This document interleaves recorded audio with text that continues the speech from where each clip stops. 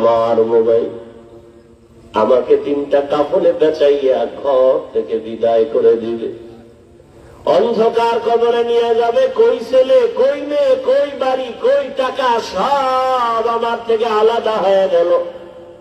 3 কাফনের বাসিন্দা বানায়া জানাজা পড়ায়া কবরের দেশে নিয়ে রাখবে। এমন একটা জায়গায় কবর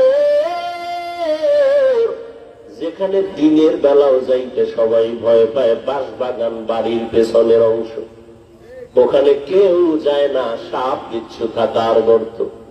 কবরে রাখিয়া সবাই চলে যাবে, আর খবর নিবে না। তবে হ্যাঁ, যদি কিছু নেক আমল করে যাও, ভালো সন্তান রেখে যাও, কোরআন পড়নেওয়ালা, মাদ্রাসা মসজিদ রেখে যাও, আলেম ওলামা পানায় রেখে যাও, এদের দোয়া চলবে কবরে। তাও যদি না থাকে, কবরে আর কিছুই যাবে না রে বাবা। রহমতের নবী আম্মা জান আয়েশা বলেন, আমার হুজরায় বসে নবী গুনগুন করে কান্না করেন। আমি জিজ্ঞাসা করতাম, ইয়া রাসূলুল্লাহ, আমি আয়েশার কোন বেয়াদবির কারণে আপনি কান্না করেন? কয় না না। তো কেন আপনি কাঁদেন? আম্মা জান আয়েশার জবাবে রহমতের নবী বলেন, হাসরের ময়দানের ভয়ঙ্কর হালাত আমার যখন মনে পড়ে, চোখের পানি ধরে রাখতে পারি না রে আয়েশা। হাসরের ময়দানটা কত যে ভয়ঙ্কর, আমার উম্মতের কি হালাত হবে আয়েশা। আম্মা জান বলেন, কেমন হালাত? নবীজি বলেন, হাসরের ময়দানে নারী আর পুরুষগুলো উলঙ্গ, সবাই উঠবে। নারীরা উলঙ্গ, পুরুষেরা উলঙ্গ দাঁড়াবে। সূর্যটা মাথার উপরে নেমে আসবে, সূর্যের গরমে জমিনটা তামা হয়ে যাবে। নাফরমানদের মাথার মগজগুলো ভাতের মারের মতো ঘুরতে থাকবে।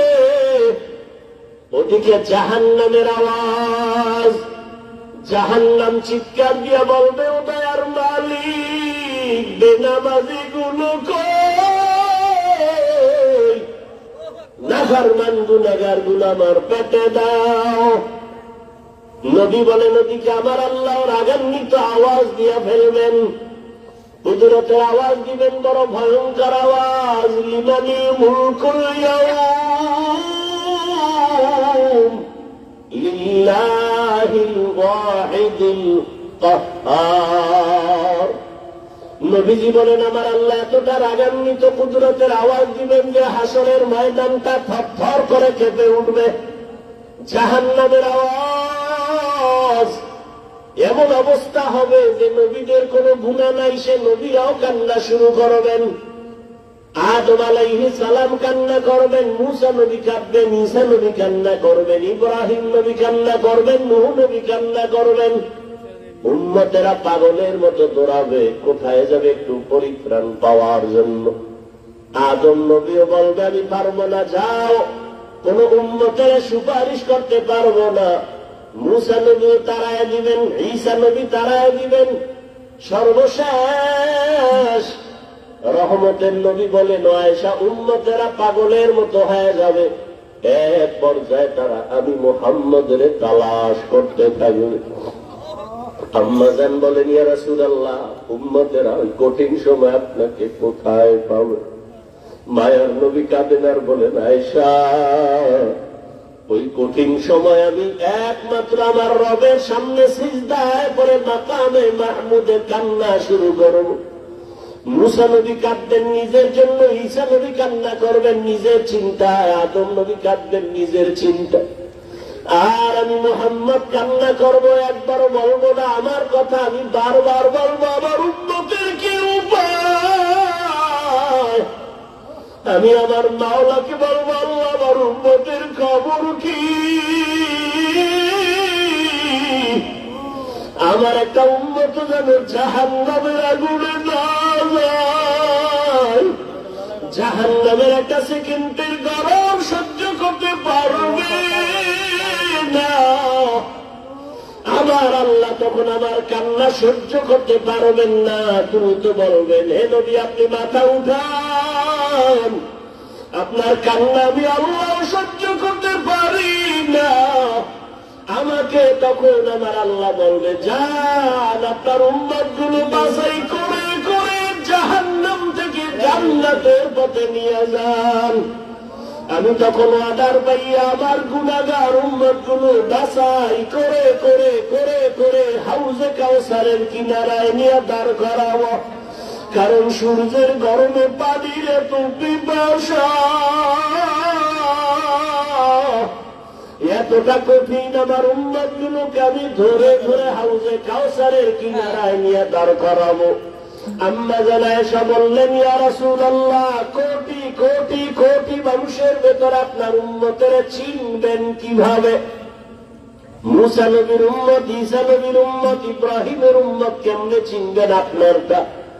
নব রহমতের নবী বলেন, হে আয়েশা, আমার উম্মতেরা দুনিয়ায় যারা ওযু বানাইয়া 5 বেলার নামাজ আদায় করত, কিয়ামতের ময়দানে তাদের ওযুর জায়গাগুলো নূরের আলোতে ঝলমল করতে থাকবে। আমি দেখে দেখে ধরে ধরে বলবো, আমার উম্মতেরা হাউজে কাউসারের পানি আমার হাতে পান করে যাও। হাউজে কাউসারের গোড়ায় আমি নিজে পেয়ালা ভরে ভরে পানি দিব, আর উম্মতেরা পান করবে। এভাবে দিতে দিতে হঠাৎ করে উম্মতের লাইন এখন অনেক বড়, মাঝখানে পর্দা পড়ে যাবে। ফেরেশতারা পর্দা দিলা কেন? উম্মত এখনো তো বাকি আছে, ওদেরকে পানি পান করাবো। ফেরেশতারা বলবেন, ইয়া রাসূলুল্লাহ, এই উম্মত গুলো আপনার আসল উম্মত না, এগুলো ভেজাল। আপনি দুনিয়ার থেকে বিদায়ের পরে এই উম্মত গুলো জাহান্নামের পথে চলতে চলতে এতটাই বেপরোয়া হয়ে গেছে, নিজেও নামাজ পড়ে নাই, অন্য নামাজ পড়তে তাও পছন্দ করে নাই, নিজেও দাড়ি রাখে নাই, অন্য দাড়ি রাখবে তাও পছন্দ করে নাই, নিজেও হালাল খায় নাই, অন্য হালাল খাবে তাও পছন্দ করে নাই। রহমতের নবী বলেন, আয়েশা, তখন আমি রাগান্বিত হয়ে বলবো, সহকান সহকা লিমান গায়্যারা মিন বাদি। নবী বলবেন, ভেগে যা, তোরা আবার উম্মত না। ও মনোহরগঞ্জের মুসলমান মা বোনেরা, বৃদ্ধ বাবাজিরা, যুবক বাবারা, জানি না ওই কাতারে কে পড়িয়া যাব। নবী যদি তাড়াইয়া দেয়, তোমার আমার কপালে যদি ওই ধমকটা পড়িয়া যায়, আমার মাওলা গাইবি আওয়াজ দিয়া বলবেন, ও জাহান্নামের ফেরেশতারা, এদেরকে ধর, জাহান্নামের শিকলটা লাগাইয়া জাহান্নামের দিকে নিয়ে যাও। وسيق الذين كفروا إلى جهنم زمرا।